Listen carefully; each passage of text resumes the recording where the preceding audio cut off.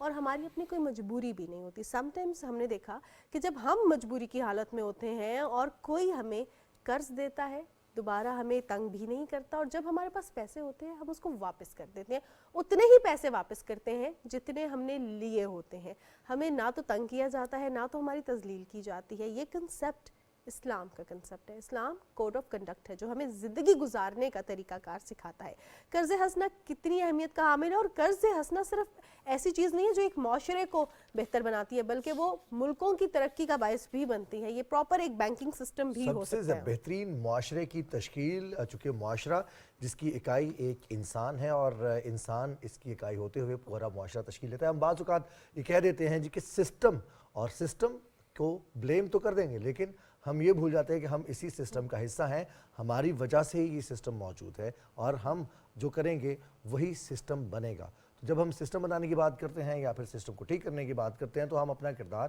بھول جاتے ہیں کہ ہم کیا کریں. ہمیں سہولتیں تو ساری چاہیے لیکن جہاں پر فیصلہ کرنا ہے, جہاں پر ہمیں ایک قدم آگے بڑھنا ہے, وہاں پر ہم قدم اٹھانے سے کتراتے ہیں. ہم چاہتے ہیں کہ ہماری جگہ پر یہ قدم کوئی اور اٹھائے. ایکشن لینا ہے کوئی اور ایکشن لے, یا پھر ہمیں کوئی بتا دے کہ اس ایکشن کا ہمیں فائدہ کیا ہوگا, تب ہم وہ ایکشن لیں گے. جس کے بعد معاملات اس قدر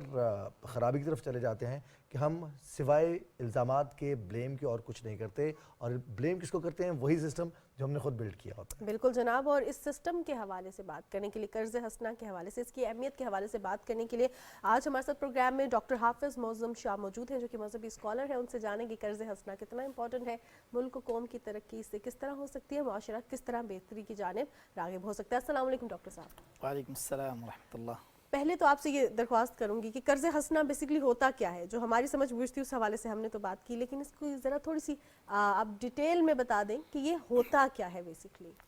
قرض حسنہ کا مطلب بنیادی طور پر یہ ہوتا ہے کہ آپ کسی محتاج کی, کسی ضرورت مند کی مالی ضرورت پوری کرتے ہیں, اور اس میں آپ کی نیت یہ نہیں ہوتی کہ اس سے میں کوئی نفع کماؤں, اس سے میں کوئی خود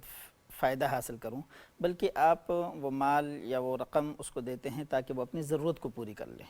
اور پھر وہ ضرورت پوری کر کے جب اس کے پاس گنجائش ہو جائے تو وہ آپ کو لٹا دیتا ہے. تو یہ ہے بنیادی طور پر قرض کا تصور. اور ظاہر ہے کہ قرض کا جو باب ہے یہ دین اسلام کا خصوصاً ہمارے معاشی نظام کا ایک انتہائی اہم باب ہے. اور اس کی اہمیت کے حوالے سے میں اگر آپ کو یہ بتاؤں کہ قرآن کے اندر مختلف آیات کے اندر اس کا ذکر ہوا ہے, اور ان آیات کے اندر کم و بیش 12 مقامات پر اس کا ذکر ہوا ہے. اور بلکہ قرآن کی جو سب سے لمبی آیت ہے, یا ایھا الذین آمنوا اذا تداینتم بدین, وہ لمبی آیت اس کے اندر قرض کے احکامات بھی بیان کیے گئے ہیں اور قرض کی تفصیلات بتائی گئی ہیں. تو یہ دین اسلام کا, یا خصوصاً جو اسلامی نظام معیشت ہے, اس کا ایک اہم باب بھی ہے. اس حوالے سے ہم یہ دیکھتے ہیں کہ جیسے آپ نے بھی مسائل کا ذکر کیا کہ اس سے جڑے کچھ مسائل بھی ہوتے ہیں, تو اس کی وجہ بھی یہی ہے کہ ہمیں نہیں معلوم کہ اس قرض کی اہمیت کیا ہے, اس کے احکامات کیا ہیں, اور معاشرے کے اندر اس کا رول کیا ہو سکتا ہے اگر اس کو بہتر طریقے سے اس کے جو احکامات ہیں یا اس سے ریلیٹڈ جو چیزیں ہیں ان کو عوام جان لے, لوگ پہچان لیں اس کو. بنیادی بات اس کے اندر یہ ہے کہ رسول اللہ صلی اللہ علیہ وسلم کی زندگی کو جب ہم دیکھتے ہیں تو آپ صلی اللہ علیہ وسلم نے قرض دینے کی ترغیب بھی دی ہے, بلکہ خود دین اسلام جو ہے یہ بنیادی طور پر غمگساری کا اور ہمدردی کا, محبت کا, اخلاص کا, دوسروں کے کام آنے کا, محتاجوں کی مدد کرنے کا مذہب ہے, ایثار کا مذہب ہے یہ. اور دین اسلام میں ان لوگوں کی مذمت کی گئی ہے کہ جو اپنے مال کے اوپر سام بن کر بیٹھ جاتے ہیں, دوسروں کی ضرورت کو پورا نہیں کرتے, اور اسی طرح دوسروں کی ضرورتوں سے غافل رہتے ہیں. حدیث کے اندر آتا ہے کہ جس آدمی کا پڑوسی بھوکا رہ جائے تو اس کے بارے میں وعید آئی ہے. اسی طرح معاشرے کا جو عمومی نظام ہے اس کے اندر بھی اسی حوالے سے اس کی بڑی اہمیت ہے کہ لوگوں کی ضرورتوں کو پورا کرنا. اس بارے میں تو قرآن کی کئی ساری آیات ہیں. 2 اہم باب ہیں اس کے, ایک اس کو ہم کہتے ہیں صدقہ اور خیرات ہیں, اور ایک ہے قرض. بلکہ بعض احادیث سے یہ معلوم ہوتا ہے کہ قرض دینے کا ثواب زیادہ ہے بنسبت صدقہ دینے کے. اچھا. اور اگر کوئی شخص قرض دیتا ہے تو اس شخص کی فضیلت کے بارے میں یہ ہے کہ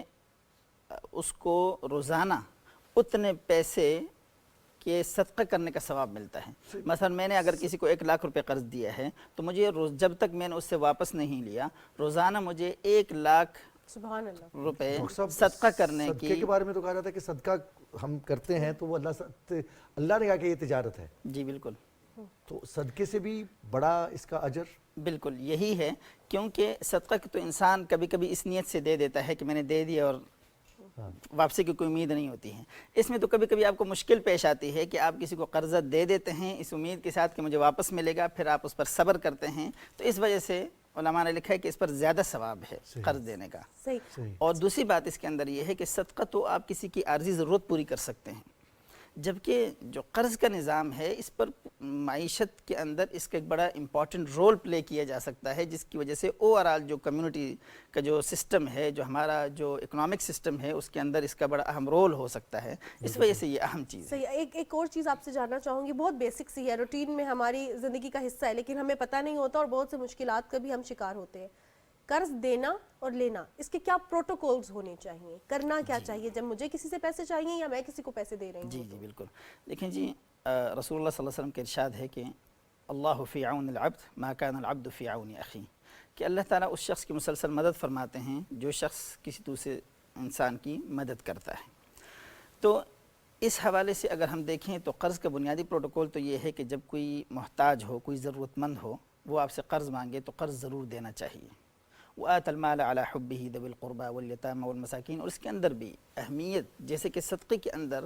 اس چیز کو حاصل ہے کہ آپ اپنے قریبی رشتہ داروں کا زیادہ خیال رکھیں، اسی طرح قرض کے اندر بھی بنیادی پروٹوکول اس کا یہی ہے کہ آپ اپنے قریبی رشتہ داروں کا خیال رکھیں، کیونکہ جو شخص رشتہ داروں کا خیال رکھتا ہے اس کے بارے میں حدیث کے اندر آتا ہے کہ اس کے رزق میں برکت دی جاتی ہے، اس کی عمر میں برکت ہوتی ہے، اور اس کو بہت سارے مصائب اور مشکلات سے اللہ تعالیٰ اس کی حفاظت فرماتے ہیں۔ تو اس وجہ سے بنیادی بات تو یہ ہے کہ جب کوئی شخص قرض مانگتا ہے تو اس کی ضرورت کو پورا کرنا چاہیے حد الامکان، یہ انسان کی ایک بنیادی ذمہ داری ہے، اور جیسے میں نے پہلے عرض کیا کہ یہ دین اسلام جو ہے غم گساری کا، ہمدردی کا مذہب ہے، ایثار کا مذہب ہے۔ دوسری بات اس کے اندر سب سے بڑی بات یہ ہے کہ قرض دینے کے بعد اس کی ڈگنیٹی کا خیال رکھنا چاہیے، قرض دیتے ہوئے بھی اور قرض دینے کے بعد بھی۔ اللہ تعالیٰ کے ارشاد ہے قرآن مجید کے اندر وَلَا تُبْطِلُوا صَدَقَاتِكُمْ بِالْمَنِّ وَالْأَذَىٰ، کہ اپنے صدقات کو، اپنے احسانات کو احسان جتلا کر یا تکلیف دے کر، اذیت دے کر پھر اس کا ثواب اپنا ضائع مت کریں۔ قول معروف ومغفرۃ خیر من صدقۃ یتبعها اذی، کہ ایک بہتر بات کر دینا، ٹھیک ہے، یہ ایسے صدقے سے بھی بہتر ہے کہ جس کے بعد پھر آپ اس کے اوپر احسان جتلا کر اس کو تکلیف دیں۔ احسان جتلانا۔ تو دوسری بات یہ ہے کہ جس کو قرض دیں اس کی ڈگنیٹی کا، اس کے وقار کا، اس کی عزت کا خیال رکھیں کہ کہیں وہ معاشرے میں آپ کے سامنے اپنے آپ کو ایسا محسوس نہ کرے کہ یار میں کوئی مجرم بن کے آپ کے سامنے پھر رہا ہوں، ایسا شرمندہ نہ کرے اسے۔ جی بالکل، اس کیونکہ کو اکثر شرمندہ اوقات نہ ہوتا بھی یہ ہے کہ آپ بے شک اس بندے کے سامنے نہ کہیں لیکن بہت سے لوگوں کے سامنے بتا رہے آپس میں ہوتے تعلقات متاثر ہو جاتے ہیں، لوگ فون سننا چھوڑ دیتے ہیں کہ فون شاید ہم سننا سے چھوڑ قرض دیتے ہی کا تقاضا کرنا ہے، اپنے پیسے بالکل واپس ایسے۔ مانگیں گے۔ تیسرا اہم پروٹوکول میں آپ کی بات کر رہا ہوں، اس کا یہ ہے کہ اگر کوئی شخص قرض لیتا ہے اور پھر وہ آپ کو وقت پہ واپس نہیں کر سکتا تو اس کے لیے یہ ہے کہ اس کو ٹائم دیے جائے۔ صحیح۔ فَنَظْرَةٌ إِلَىٰ مَيْسَرَةٍ، قرآن نے بھی یہ حکم بڑی صراحت سے کہا ہے کہ کوئی شخص اگر وقت پہ واپس نہیں کر پا رہا تو آپ اس کو وقت دیں، اور جو لینے والا ہے اس کے لیے بڑا پروٹوکول یہ ہے کہ وہ جس حسب وعدہ وہ اپنا قرض کو پھر واپس کریں، وعدہ پورا کرے، وعدہ وعدہ خلافی نہ ہو۔ جی جی۔ ڈاکٹر صاحب، آج ہم جو دیکھتے ہیں وہ اعتماد کا فقدان ہے۔ جی ہم جو اس میں قرض حسنہ میں آپ نے کہا کہ اس میں منافع انسان کے لیے نہیں ہوتا ہے، لیکن سب سے بڑا منافع خدا کی رضامندی ہے، خدا کی خوشنودی ہے۔ اب اعتماد نہیں ہے کہ جس کو میں پیسے دے رہا ہوں، چاہے وہ اپنا بھائی ہے، اپنا رشتہ دار ہے، اپنا ہمسایہ ہے، بہت قریبی ہے، اس پر بھی اعتماد نہیں ہے، اور جتنی اس کو درکار ہے، اگر اس نے بتایا کہ مجھے 5,000 کی ضرورت ہے تو ہم کوشش کرتے ہیں کہ اگر واپس نہ آئے تو ہمارا نقصان کم ہو تو 2,000 دے دیتے ہیں۔ یہ اعتماد کا فقدان کیوں ہے؟ اس کو ہم کیسے ختم کر سکتے ہیں؟ اس کی بنیادی وجہ دیکھیں جی، شرعی احکام کا ہم جب بات کرتے ہیں نا، کوئی بھی شرعی حکم جب ہم معاشرے میں لاگو کرنا چاہتے ہیں، اس کے لیے بنیادی طور پر جس کے اوپر آپ کوئی شرعی حکم لاگو کر رہے ہیں، نافذ کرتے ہیں، تو اس کے اندر اس حکم کے حوالے سے آگاہی اور استعداد بھی ضروری ہے کہ وہ اس کو ایکسیپٹ کر سکتا ہوں۔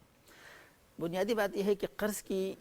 ادائیگی کی اہمیت جو ہے وہ لوگوں کے ذہن میں نہیں ہوتی ہے۔ مثلا آپ صلی اللہ علیہ وسلم نے بڑا واضح ارشاد فرمایا ہے کہ مقل الغنی ظلم، جو شخص قرض ادا کرنے پر قادر بھی ہو اور پھر بھی وہ ادا نہیں کرتا وہ ظالم ہے، اس کو ظالم کہا گیا ہے. وہی کہ ہم کس سے قرض لے کر اوپر سے ظلم بھی اس کے ساتھ کر رہے ہوتے ہیں. تو بنیادی طور پر اس کے اندر بات یہ ہے کہ ہمیں ان تعلیمات کے بارے میں آگاہی ہونی چاہیے جو کسی مقروض شخص کے حوالے سے ہیں. مثلا آپ صلی اللہ علیہ وسلم نے بہت کم ایسا ہوا ہے، اگر آپ سیرت کا مطالعہ کریں، کہ کسی کا جنازہ نہ پڑھا ہو. مقروض بندے کا آپ صلی اللہ علیہ وسلم نے جنازہ پڑھنے سے انکار کر دیا، بلکہ خود فرمایا کہ تم اپنے بھائی پر جنازہ پڑھو. پوچھا کہ یہ مقروض ہے، کہا مقروض ہے. کہا میں اس کا جنازہ نہیں پڑھوں گا، آپ لوگ پڑھیں اس کا جنازہ. آپ صلی اللہ علیہ وسلم چھوڑ کے چلے گئے. اور کبھی تو ایسا ہوا کہ آپ صلی اللہ علیہ وسلم نے انتظار فرمایا کہ کوئی اس کی طرف سے اعلان کر دے کہ میں قرض ادا کروں گا، تو پھر آپ صلی اللہ علیہ وسلم نے نماز جنازہ پڑھی. صحیح. جی جیسے ہمارے جنازے سے پہلے ہوتا ہے اعلان ہوتا ہے کہ اگر جی کسی کا جی کچھ لین دین ہے ہے وہ جنازے سے پہلے پہلے اپنا دعویٰ کر سکتا ہے. دعویٰ کر سکتا ہے. بالکل ایسا ہی ہے. تو ان احکامات سے اگر کوئی شخص آگاہ ہوگا تو ظاہر ہے پھر وہ قرض کی ادائیگی وقت صحیح. ڈاکٹر صاحب ایک جگہ تو آپ نے جو معاشرتی نظام کے حوالے سے بات کی ہے کہ جو قرض حسنہ ہے اس سے کتنا بینیفٹ مل سکتا ہے ہمارے اکنامک سسٹم کو ایک اسٹیٹ لیول پہ، صرف ہمارے ایک کمیونٹی لیول پہ نہیں. اس حوالے سے آپ سے درخواست کروں گی کہ ذرا اس کو تھوڑا سا ڈیٹیل میں بتائیں. ساتھ میں ایک اور چیز جو آپ نے آخری بات کی ہے کہ نماز جنازہ نہیں پڑھایا گیا مقروض شخص کا. اب ایسے میں کوئی شخص جس نے قرضہ لیا ہے اور خدا نخواستہ اس کا انتقال ہو جائے اسی سچویشن میں، تو اس کے گھر والوں پہ، اس کے رشتہ داروں پہ، اور اگر وہ نہیں ہے تو دوستوں پہ، احباب پہ کتنا لازم ہے، کتنا اجر ہے کہ اس کا قرض ادا کرنا. بالکل. دیکھیے جی، ہم اگر جیسے میں نے کہا کہ اسلام غمگساری کا، ہمدردی کا، ایثار کا مذہب ہے. جیسے ہم دنیا کے حوالے سے کسی کی بھلائی سوچتے ہیں، بہتری سوچتے ہیں، تو ہمیں جب یہ معلوم ہوگا کہ کوئی شخص فوت ہو گیا ہے اور اس کی جو اگلی منزل ہے اس میں سب سے پہلا سوال اس سے یہی ہو رہا ہے، اور اگر ایون اس کے سارے اعمال ٹھیک بھی ہوں تو یہ عمل، اس عمل کے بارے میں اس کی پکڑ ہوگی. مثلا حدیث کے اندر آتا ہے کہ شہید کے سارے گناہ معاف ہو جائیں گے لیکن قرض اس کا بھی معاف نہیں ہوگا. اتنا بڑا درجہ ہونے کے باوجود قرض کی معافی نہیں ہے.